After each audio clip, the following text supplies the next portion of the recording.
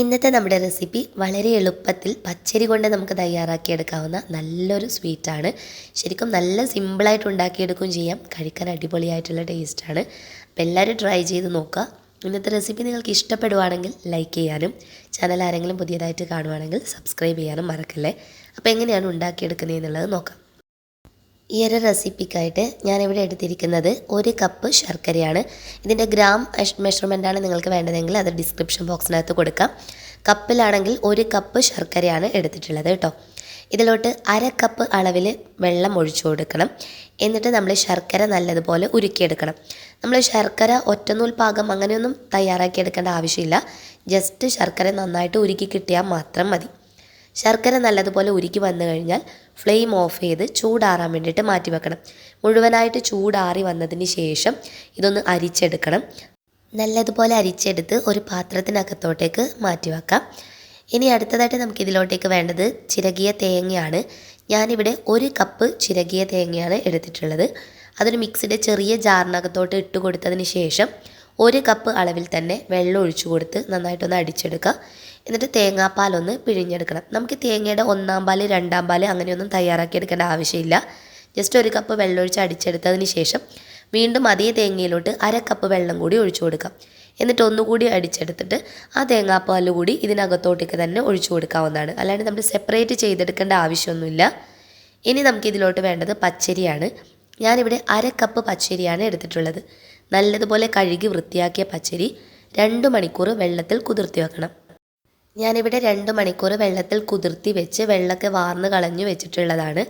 ഇനി മിക്സിയുടെ ചെറിയ ജാറിനകത്തോട്ടേക്ക് ഇട്ടുകൊടുത്ത് ആദ്യം വെള്ളമൊന്നും ഉപയോഗിക്കാതെ ഒന്നങ്ങ് ഒതുക്കിയെടുക്കണം. ഒന്ന് ചെറുതായിട്ട് അരഞ്ഞ് കിട്ടിയതിന് ശേഷം നമുക്കിതിനകത്തോട്ടേക്ക് നമ്മൾ എടുത്തു വെച്ചിരിക്കുന്ന തേങ്ങാപ്പാലിൽ നിന്നും കുറച്ച് ഭാഗം മാത്രം ഒഴിച്ചു കൊടുത്ത് നല്ലതുപോലെ ഒന്ന് അരച്ചെടുക്കണം. നന്നായി ഞാനിപ്പോൾ അരച്ചെടുത്ത് റെഡിയാക്കി എടുത്തിട്ടുണ്ട്. ഇനി നമ്മൾ നേരത്തെ ചൂടാറാൻ വേണ്ടിയിട്ട് വെച്ചിട്ടുള്ള ശർക്കരപ്പാനി നമ്മൾ ഏതിലാണോ ചെയ്തെടുക്കുന്നത് ആ പാത്രത്തിനകത്തോട്ടേക്ക് ഒഴിച്ചു കൊടുക്കാം. അടുത്തതായിട്ട് നമ്മൾ അരച്ചു വെച്ചിരിക്കുന്ന പച്ചരിയുടെ ആ ഒരു കൂട്ട് മുഴുവനായിട്ട് തന്നെ ഈ ശർക്കര പാനിയിലോട്ടേക്ക് ഒഴിച്ചു കൊടുക്കണം. അപ്പോൾ പച്ചരി അരച്ചെടുക്കുന്നതിന് നമ്മൾ കുറച്ച് തേങ്ങാപ്പാൽ മാത്രമേ ഉപയോഗിച്ചിട്ടുണ്ടായിരുന്നുള്ളൂ. ബാക്കിയുള്ള തേങ്ങാപ്പാൽ മുഴുവനായിട്ട് ഈ ഒരു സമയത്ത് ഇതിനകത്തോട്ടേക്ക് ഒഴിച്ചു കൊടുക്കാവുന്നതാണ്. മുഴുവൻ തേങ്ങാപ്പാലും ഒഴിച്ചു കഴിഞ്ഞാൽ എല്ലാം നന്നായിട്ട് ഒന്ന് യോജിപ്പിച്ചെടുക്കണം. ശർക്കര പാനിയും പച്ചരി കൊണ്ട് അരച്ചിട്ടുള്ള ആ ഒരു കൂട്ടും തേങ്ങാപ്പാലൊക്കെ നല്ലതുപോലെ മിക്സ് ചെയ്തെടുക്കണം. ഈ മധുരമൊക്കെ ഒന്ന് ബാലൻസ് ചെയ്യുന്നതിന് വേണ്ടിയിട്ട് ഇതിലോട്ട് 2 നുള്ളു ഉപ്പ് കൂടി ഇട്ട് കൊടുത്ത് ഒന്നുകൂടി യോജിപ്പിച്ചെടുക്കണം. ഇനി നമ്മൾ ചെയ്യേണ്ടത് ഫ്ലെയിം ഓൺ ചെയ്തിട്ട് ഇപ്പോൾ ഞാൻ സ്റ്റൗവിലോട്ടേക്ക് വെച്ച് കൊടുത്തിട്ടുണ്ട്. ഫ്ലെയിം ഓൺ ചെയ്തതിന് ശേഷം മീഡിയം ഫ്ലെയിമിലിട്ടിട്ട് ഇളക്കി കൊടുക്കാം. അപ്പോൾ നിങ്ങൾക്ക് ഫ്ലെയിം കൂട്ടിയും കുറച്ചും ഒക്കെ ചെയ്യാം, നിങ്ങൾ അഡ്ജസ്റ്റ് ചെയ്തിട്ട്. പക്ഷെ നമ്മൾ തവി കൊണ്ട് ഇളക്കി കൊടുത്തുകൊണ്ടേയിരിക്കണം. വളരെ പെട്ടെന്ന് ഒരു 5 മിനിറ്റ് കൊണ്ട് തന്നെ ഇതിങ്ങനെ തിക്കായിട്ട് കട്ടിയായിട്ട് വരാൻ തുടങ്ങും. ഇതിപ്പോൾ 2-3 മിനിറ്റ് കഴിഞ്ഞിട്ടുണ്ട്. ഒരു 5 മിനിറ്റിന് ശേഷമുള്ളത് കാണിച്ചു തരാം. ഇപ്പോൾ ഇതൊരു 5 മിനിറ്റിന് ശേഷമുള്ളതാണ്. കണ്ടോ, നല്ലതുപോലെ കുറുകി വരാൻ തുടങ്ങിയിട്ടുണ്ട്. അപ്പോൾ ഇത് വളരെ പെട്ടെന്ന് റെഡിയാക്കി എടുക്കാവുന്നതും ഒത്തിരി നമ്മൾ എണ്ണയോ നെയ്യോ ഒന്നും ഉപയോഗിക്കാത്ത നല്ലൊരു പലഹാരമാണ്. അപ്പോൾ ഒരു 10 മിനിറ്റിന് ശേഷമുള്ളതാണ് നിങ്ങളിപ്പോൾ കാണുന്നത്. ഒന്നുകൂടി നന്നായിട്ട് കട്ടിയായിട്ട് വന്നിട്ടുണ്ട്. ഈ ഒരു സമയത്ത് നിങ്ങൾക്ക് ഏലക്കപ്പൊടി ചേർത്ത് കൊടുക്കാം. 1 ടീസ്പൂൺ ഏലക്കയുടെ കുരുവും ഞാൻ 1 ടീസ്പൂൺ ഏലക്കപ്പൊടിയാണ് ഇട്ട് കൊടുത്തിട്ടുള്ളത്. 2-3 ഏലക്കയുടെ കുരു എടുത്ത് പഞ്ചസാരയും ചേർത്ത് പൊടിച്ചു വെച്ചിട്ടുള്ളതാണ്. ഏലക്കപ്പൊടിയായിട്ട് കയ്യിലുണ്ടെങ്കിൽ അത് ഉപയോഗിച്ചാലും മതി. എല്ലാം നന്നായിട്ട് മിക്സ് ചെയ്ത് കൊടുക്കാം. ഇതിപ്പോൾ നന്നായിട്ട് ഇപ്പോൾ തന്നെ പാനിൽ നിന്ന് വിട്ട് വരുന്ന ഒരു പാകത്തിലോട്ട് മാറി വന്നിട്ടുണ്ട്. ഏകദേശം ഒരു 10-12 മിനിറ്റ് ആകുമ്പോൾ നിങ്ങൾക്ക് ഇഷ്ടമുണ്ടെങ്കിൽ മാത്രം 1 ടേബിൾ സ്പൂൺ നെയ്യിൽ കുറച്ച് കശുവണ്ടിപ്പരിപ്പ് വറുത്തെടുത്തിട്ടുള്ളതാണ്. അതല്ലെങ്കിൽ ജസ്റ്റ് 1 ടേബിൾ സ്പൂൺ നെയ്യ് മാത്രം ഒഴിച്ചു കൊടുക്കാം. നെയ്യുടെ ഫ്ലേവർ വേണ്ടാന്നാണെങ്കിൽ നെയ്യ് ഉപയോഗിക്കാതെയും നിങ്ങൾക്ക് ഈ ഒരു റെസിപ്പി ചെയ്തെടുക്കാം. ഒട്ടും നെയ്യ് ഉപയോഗിക്കാതെയും നെയ്യോ എണ്ണയോ ഉപയോഗിക്കാതെയും ചെയ്യാം. നമ്മൾ ഇതിനകത്ത് ആകെ 1 ടേബിൾ സ്പൂൺ നെയ്യ് മാത്രമാണ് ഉപയോഗിക്കുന്നത്. ചെറിയൊരു ഫ്ലേവറിനും ആ ഒരു നല്ലൊരു മണത്തിനൊക്കെ വേണ്ടിയിട്ടാണ്. കറക്റ്റ് ഒരു 15-20 മിനിറ്റ് ആകുമ്പോഴത്തേക്കും ഇത് പാനിൽ നിന്നൊക്കെ വിട്ട് നല്ല പാകത്തിന് ഇതുപോലെ കുറച്ച് കളറ് മാറി നല്ല രീതിയിൽ റെഡിയായി വന്നിട്ടുണ്ടാകും. നിങ്ങൾക്ക് തവിയിൽ നിന്ന് ജസ്റ്റ് ഇങ്ങനെ കുറച്ചെടുത്ത് നോക്കാം.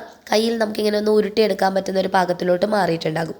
അപ്പോൾ 20 മിനിറ്റിന് ശേഷം ഫ്ലെയിം ഓഫ് ചെയ്ത് നെയ്യ് തടവിയ ഒരു പാത്രത്തിനകത്തോട്ടേക്ക് ഇതുപോലെ മുഴുവൻ ഇട്ട് കൊടുത്ത് സ്പൂണിൻ്റെ പിറകു വശത്തായിട്ട് കുറച്ച് നെയ്യൊന്ന് തടവിയിട്ട് ഇതുപോലെ ഒന്ന് ലെവൽ ചെയ്ത് കൊടുത്താൽ മതി.